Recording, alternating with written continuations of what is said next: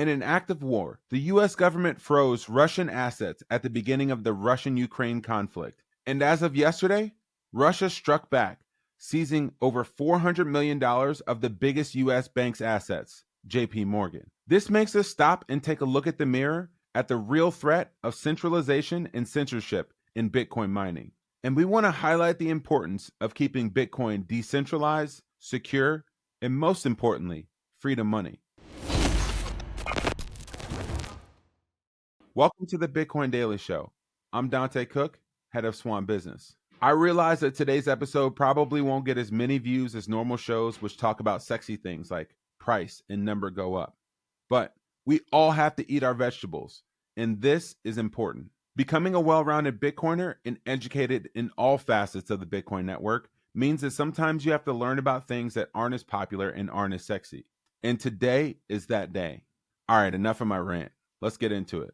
In the last few months leading up to the halving, and specifically after the halving, the discussion and conversation about centralization of Bitcoin mining has come to the forefront, and rightly so. Bitcoin's core software is propagated across tens of thousands of nodes that we know of globally, and this keeps the network decentralized and secure. This prevents governments from being able to stop the Bitcoin network carte blanche, and it keeps the entire network in consensus.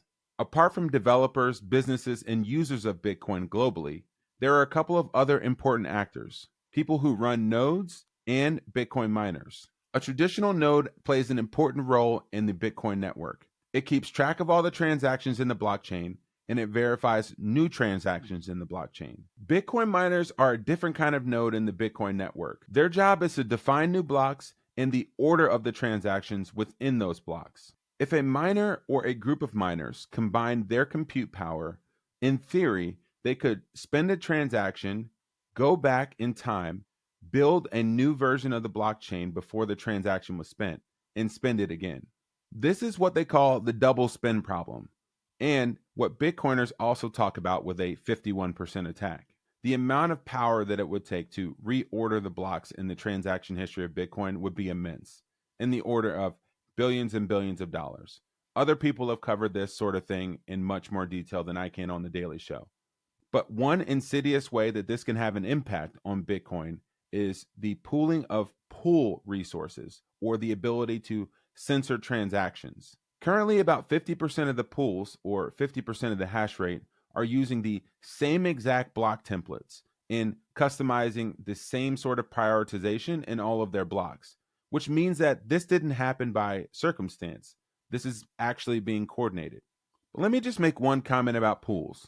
Pools are actually fairly important. They serve a certain role for Bitcoin and Bitcoin miners in particular. It allows the Bitcoin network to grow in hash rate easier by allowing more streamlined operations and ensuring that there's a standardized or consistent payout of revenue across a number of participants. These pools have made it really easy for us to grow hash rate, which is why hash rate is at an all-time high of 800 exahashes per second. It also does things like streamline the process of creating block templates and streamlining payouts so people can have consistent revenue when they point their mining towards these pools. There's nothing wrong with that on the surface, but the outsourcing of accountability and responsibility to third parties, as we've seen with our current fiat system, tends to lead to more problems over time, which right now the opportunity for these miners to pool and censor certain transactions which don't profit them as much are actually adverse to the desires and the goals of the entire network at large. This points to the issue of centralization, and we see this currently in our current fiat system, where the US government can seize Russian assets at will. In striking back, Russia has taken the effort as of yesterday to seize over $400 million of the largest US bank, JP Morgan's assets. Keeping Bitcoin away from this sort of future is more important than ever, which is why initiatives like ocean mining, we believe, are so critical. Ocean mining is a new type of pool, which enables miners to be miners again. They've built the most transparent mining pool, which gives users the full visibility into block templates and the simple ability to know which transactions their users are mining with their hash rate. The non-custodial pool removes themselves from the payout of blocks and rewards and allows the miners to get paid directly from Bitcoin. You know who else is doing a great job of ensuring the decentralization of Bitcoin mining and the Bitcoin network overall? We've highlighted them in the past, but Eric Hirschman from Gridless, who was recently highlighted in a story by our other favorite Bitcoiner on CNBC, Mackenzie Sigalos, next to our good friend Joe Kernan. They highlight in this story how Bitcoin miners are taking clean, wasted, renewable energy in rural Kenya and using Bitcoin mining rigs in order to reduce the cost of electricity and allow the build out of places in rural Kenya that otherwise wouldn't have been possible. They've actually brought the cost from 35 cents a kilowatt hour down to 25 cents a kilowatt hour for this particular place that is highlighted in the story. I'm here to Bitcoin mine about 2.5 hours outside of Nairobi at Lake Naivasha. This is one of 6 sites run by Gridless, a company that operates in Kenya, Malawi, and Zambia. Now, the site behind me runs on geothermal and solar power, but Gridless also has other mines that run on hydropower. What they all have in common is that they're helping to both secure and decentralize the Bitcoin network. Decentralization is actually one of Bitcoin's core features because it means that the network can't be shut down by other people, including governments. I spoke with Eric Hirschman, a Nairobi-based miner who runs Gridless. We're here in rural Kenya on the edges of Lake Naivasha, where we put in one of our 500 kilowatt mining containers that uses the stranded wasted energy from a power site. It's a geothermal power site. That means it uses steam from the ground. And we also have some solar that's attached to the same site. Gridless is helping to solve a few big problems. 43% of Africa's population, or roughly 600 million people, lack access to electricity. Meanwhile, Africa is a renewable energy mecca. There's an estimated 10 terawatts of solar capacity, 350 gigawatts of hydro, and another 110 gigawatts of wind.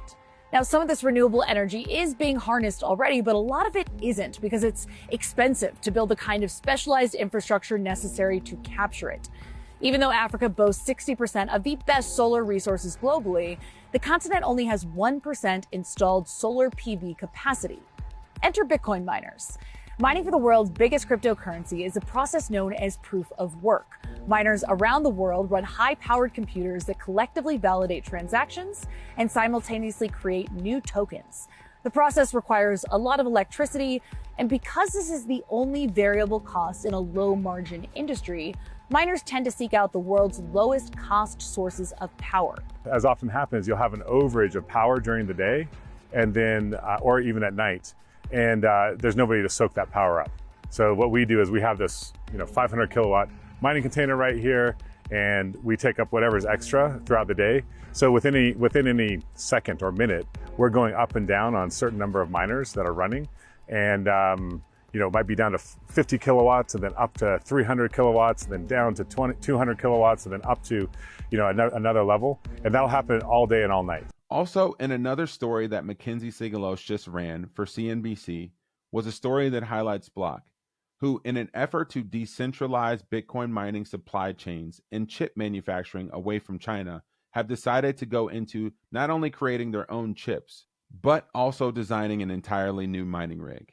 And speaking of Jack Dorsey and Block, did anybody see their sly backdoor attempt to enable millions of businesses across America to add Bitcoin to their balance sheets? Square is enabling a feature that allows its retailers to convert 1 to 10% of credit card fees and sales directly into Bitcoin. They went behind the back like Kyrie Irving versus the Clippers last night. This allows them to flip a switch and eventually enable people to buy coffee with Bitcoin, which has been one of the greatest reasons of FUD over the last few years. You know what? Let me go on a quick rant about this. Everyone talks about how Bitcoin is never used to buy coffee. Newsflash, it's actually been used millions of times to do this thing exactly in other countries using the Lightning Network. But one of the reasons why you don't see Bitcoin being used for buying coffee or small transactions in the United States is because every time you sell Bitcoin, you're liable for capital gains tax, which, oh, by the way, Joe Biden wants to make 44% in the 2025 budget proposal that he just announced, its highest in 100 years. This is really big and really important from Cash App because overnight, businesses actually would enable Bitcoin transactions because it's better for their business. See, when you go into the coffee shop and you buy something, when you swipe your card, you get a green check mark as if the money has actually changed hands. But what actually happens is that transaction or that money doesn't actually flow to the business for days or weeks at a time. When you look into your bank account, it shows the transaction is pending.